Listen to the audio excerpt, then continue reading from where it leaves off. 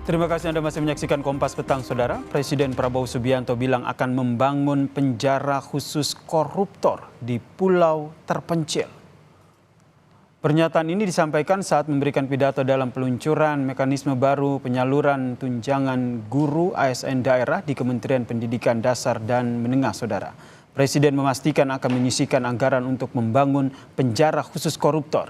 Presiden bilang pemilihan lokasi penjara di pulau terpencil agar koruptor bertemu hiu di laut. Presiden menyebut korupsi menyebabkan kebocoran anggaran sehingga sumber daya tidak sampai ke rakyat yang membutuhkan. Gak ada negara yang korupsi gila-gilaan bisa kaya. Tidak ada. Korupsi menuju negara hancur. Saya tidak akan mundur menghadapi koruptor. Saya tidak akan mundur menghadapi koruptor. Nanti juga akan sisihkan dana, saya akan bikin penjara yang pokoknya sangat kokoh di suatu tempat yang terpencil, mereka nggak bisa keluar malam hari.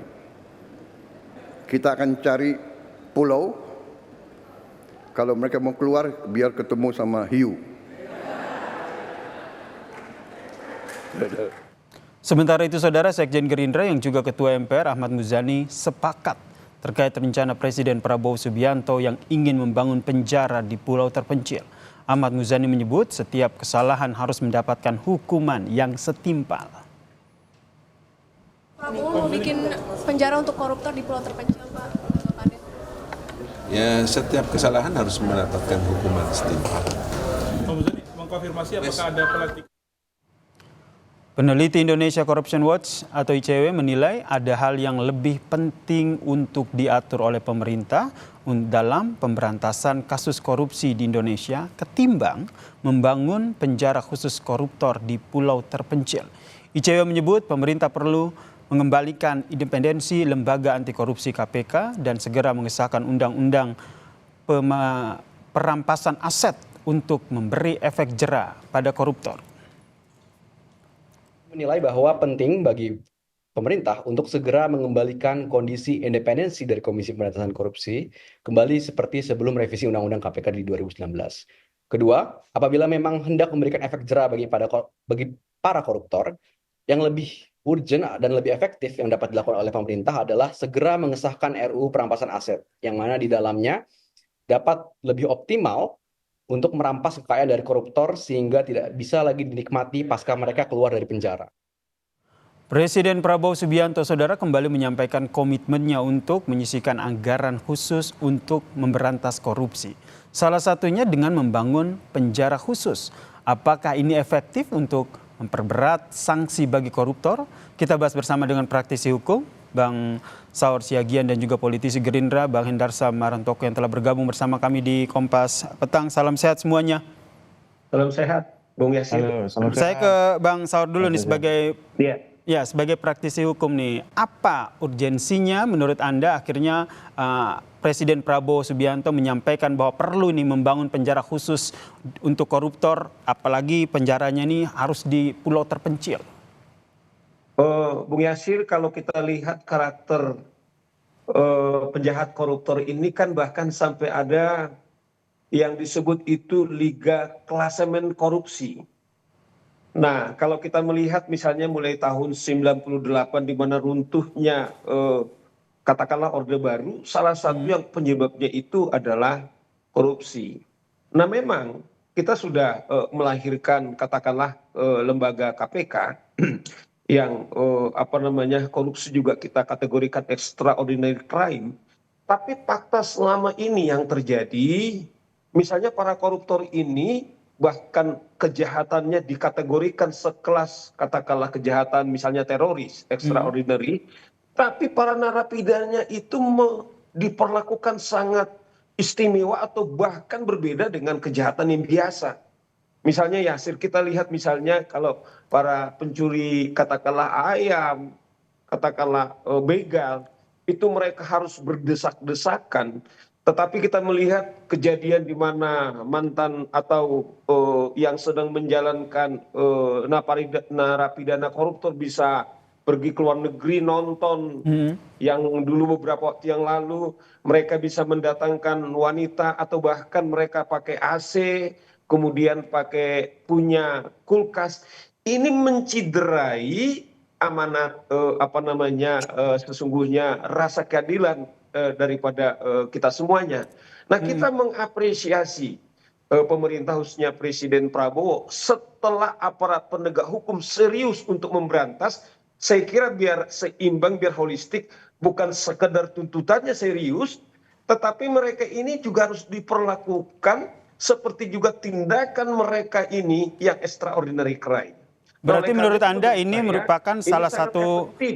Sehingga kalau misalnya mereka katakanlah tidak bisa lagi keluar malam karena dana-dana yang mereka miliki, atau menerima tamu, melakukan seperti kerja-kerja mereka selama ini, nah menurut saya ini juga yang membuat pemberantasan korupsi kita tidak efektif. Nah, jadi oleh menurut karena Anda, ini saya Bang kira sangat Sohar, holistik. ini Jadi efektif untuk memberantas korupsi, memberikan efek jera kepada mereka yang tadi Anda sebut ini adalah kejahatan luar biasa dengan membangun penjara di pulau terpencil? iya, saya kira iya. Jadi artinya gini loh, uang yang mereka nikmati itu kan sebenarnya mengapa mereka katakanlah untuk korupsi, dengan hasil korupsi yang mereka dapatkan itu mungkin mereka mendapatkan privilege. Mereka bisa mendapatkan katakanlah keistimewaan.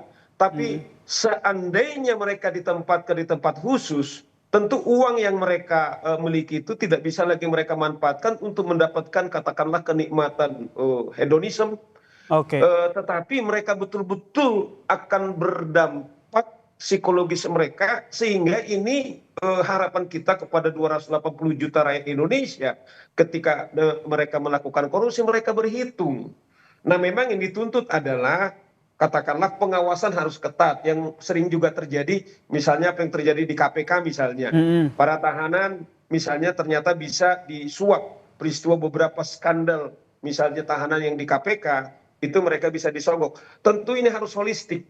Jadi deterrent effect harus dilakukan, tetapi juga pengawasannya juga harus juga Oke, ketat, pengawasannya juga dan harus juga benar-benar punya holistik ya, integritas, gitu loh. jika rencana ini terrealisasi. Saya ke Bang Hendarsam. Bang Hendarsam, tadi juga kita sempat mendengarkan bahwa apa yang disampaikan oleh ICW begitu. ICW mengkritik bahwa sebenarnya hal yang lebih penting ketimbang bangun penjara di pulau terpencil ini adalah mendingan disahkan dulu nih undang-undang perampasan aset sehingga betul-betul para koruptor ini dimiskinkan. Ya, saya rasa itu bukan merupakan suatu diksi yang tepat kalau ICW mengatakan hal tersebut. Karena kedua hal tersebut bisa dilakukan secara berbarengan dan secara parsial gitu loh. Ya, secara paralel. Jadi nggak ada yang kita namakan skala prioritasnya harus ini dulu dan itu dulu. Jadi malah itu terkesan ada keinginan ICW untuk mengalihkan isu ya kan terkait dengan itikat atau spirit dari pemerintahan Pak Prabowo, terutama Pak Prabowo sendiri yang ingin melakukan efek jera terhadap pemberantasan korupsi.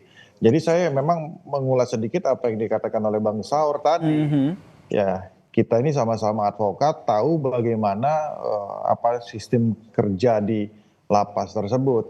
Satu ya bahwa tahanan koruptor itu mempunyai blok sendiri. Jadi tidak bersama-sama dengan tahanan-tahanan lain. Itu prakteknya seperti itu yang terjadi ya kan. Jadi blok tahanan koruptor itu sendiri walaupun di lapas itu blok elit. Ya, mereka berkumpul di situ ya kan. Mempunyai komunitas sendiri yang tidak gabung dengan yang lain. Fasilitasnya pun sudah pasti berbeda. Oke. Yang kedua ya kita melihat juga bahwa hal inilah yang ingin coba ditutupi dan bukan merupakan sesuatu hal yang baru. Kalau kita buatkan hanya lapas khusus koruptor saja, tapi akses dari para koruptor tersebut untuk mendapatkan kenikmatan duniawi kan gitu ya, fasilitas itu masih ada. Berarti bisa dilaksanakan secara bersamaan ya, pengesahan Undang-Undang Perampasan Aset dilakukan secara bersamaan dengan adanya rencana untuk memperbaiki sistem dalam permasyarakatan tersebut, termaksud membangun penjara untuk koruptor di daerah terpencil. Kalau Bang Saur melihatnya seperti apa nih? Karena kan kalau kita lihat untuk membangun sebuah penjara di lokasi terpencil itu kan tidak mudah, butuh anggaran. Jika kita kaitkan dengan efisiensi anggaran yang juga digaungkan oleh Presiden Prabowo Subianto. Betul, memang katakanlah saya juga berkali-kali mengatakan untuk mendorong segera RUU perampasan aset itu diundangkan. Bahkan saya mengatakan bila perlu Pak Presiden kemudian mengeluarkan segera. Nah, problemnya adalah di depan kita ini kan, di depan Pak Presiden itu kan bukan hitungan lagi soal bulan. Bukan soal juga hitungan katakanlah minggu, tapi melihat urgensinya sehingga apa wewenang yang dimiliki oleh Presiden kemudian dieksekusi segera. Katakanlah apa kasus-kasus yang sekarang terjadi, aparat penegak hukum kemudian sangat serius misalnya, kemudian apa yang bisa dilakukan oleh Presiden segera dieksekusi, kemudian itu konkret.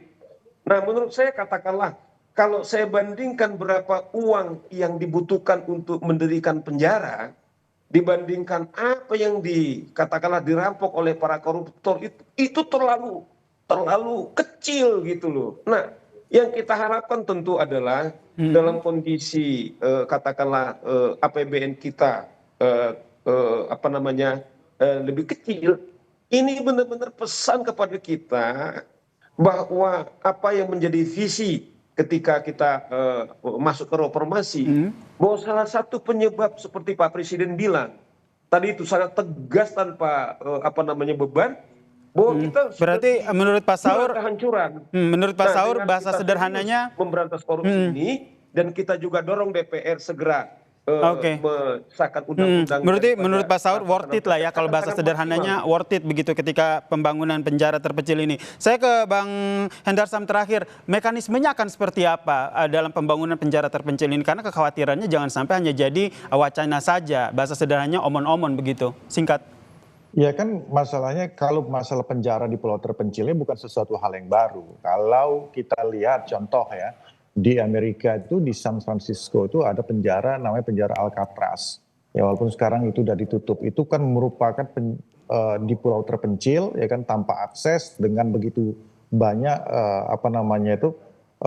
atribut keamanan yang begitu kuat. Ini membuat traumatik bagi para dan efek jera bagi para narapidana yang pernah menjalani di sana. Ini menjadi suatu legenda tersendiri Alcatraz tersebut. Dan oleh karena itu yang ingin dilakukan oleh Pak Prabowo, di mana seperti tadi yang saya kutip dari Bang Saur, jangan sampai orang ini kan ketika mendapatkan hasil korupsinya, dia masih bisa menikmati kehidupan layaknya seperti orang-orang lain di luar. Oke, ini yang diharapkan tidak sampai terjadi ya. Ini kami tangkap Pak Hendarsam, jangan sampai para koruptor ini setelah dihukum mereka masih mendapatkan kehidupan yang layak seperti hal-hal lain yang juga kerap terjadi saat ini. Terima kasih Bang Hendarsam Marantoko, politisi Gerindra, dan juga Bang Saur Siagian, praktisi hukum, telah berbagi informasi dan perspektifnya terkait dengan rencana Presiden Prabowo Subianto yang ingin membangun penjara koruptor di pulau terpencil. Salam sehat semuanya.